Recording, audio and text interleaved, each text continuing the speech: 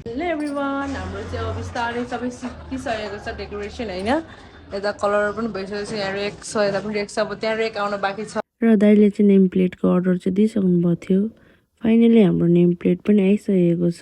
भाइहरूले चाहिँ यहाँ नेम प्लेट झार्दै हुनुहुन्छ अनि यहाँ टक्क राखेर चाहिँ यसको सबै स्टिकरहरू निकाल्नुहुन्छ अनि बल्ल यसको फाइनल लुक देखिन्छ नि त। त्यहाँ माथिबाट स्टिकर लगाएर अनि कोरेको हुन्छ, त्यही भएर यतिकै चाहिँ केही देखेको छैन अहिले।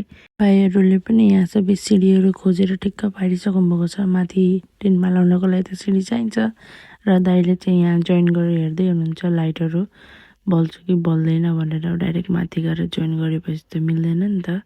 सो अनि त्यसपछि सबै फिट भइसकेपछि चाहिँ यहाँ एकजनाले दिँदै हुनुहुन्छ अनि दाइले चाहिँ माथिबाट तान्दै हुनुहुन्छ अनि त्यहाँ सेट गर्ने अब टक्क लगाएर चाहिँ हाम्रो फाइनल लुक हो।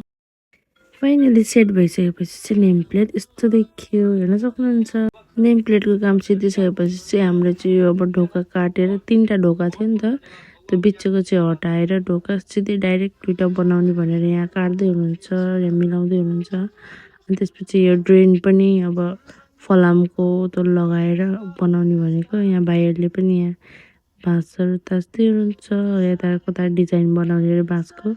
हेरिराख्नु होला। आजको लागि यति नै, बाई बाई। यसको डिजाइन चाहिँ भोलि हेर्नु होला।